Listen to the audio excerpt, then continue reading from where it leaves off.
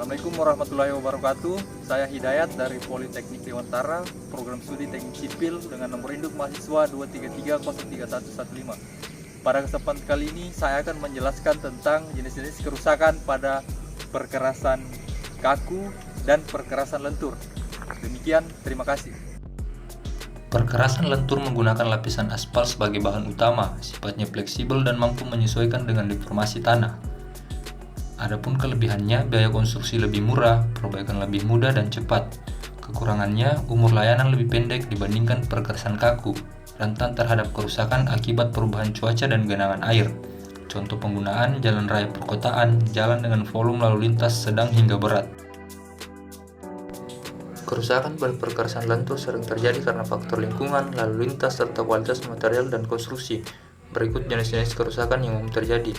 Retak adalah kerusakan paling umum pada perkerasan lentur, seperti retak memanjang dan melintang, retak pinggir.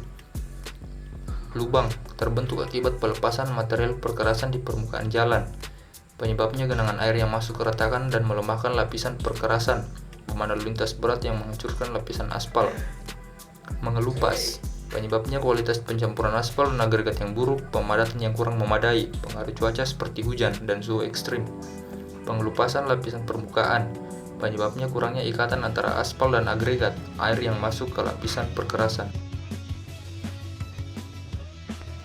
Perkerasan kaku menggunakan beton semen sebagai material utama, sifatnya kaku sehingga dapat menahan beban secara langsung dengan penyebaran tekanan yang lebih luas.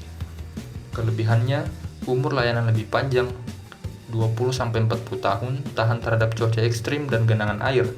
Sedangkan kekurangannya, biaya awal konstruksi lebih tinggi, perbaikan memakan waktu dan biaya besar. Contoh penggunaan di jalan tol, landasan pacu bandara, jalan dengan beban lalu lintas berat, seperti kawasan industri. Kerusakan pada perkerasan kaku umumnya terjadi karena faktor lingkungan, beban lalu lintas, dan kesalahan desain atau konstruksi. Berikut jenis-jenis kerusakan yang umum terjadi.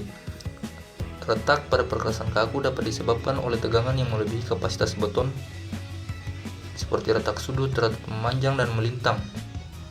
Keluarnya material halus dari bawah plat beton disebut pumping, melalui celah sambungan atau retakan akibat beban lalu lintas. Kerusakan berupa pengelupasan permukaan beton yang menyebabkan lapisan atas menjadi kasar atau hilang disebut scaling.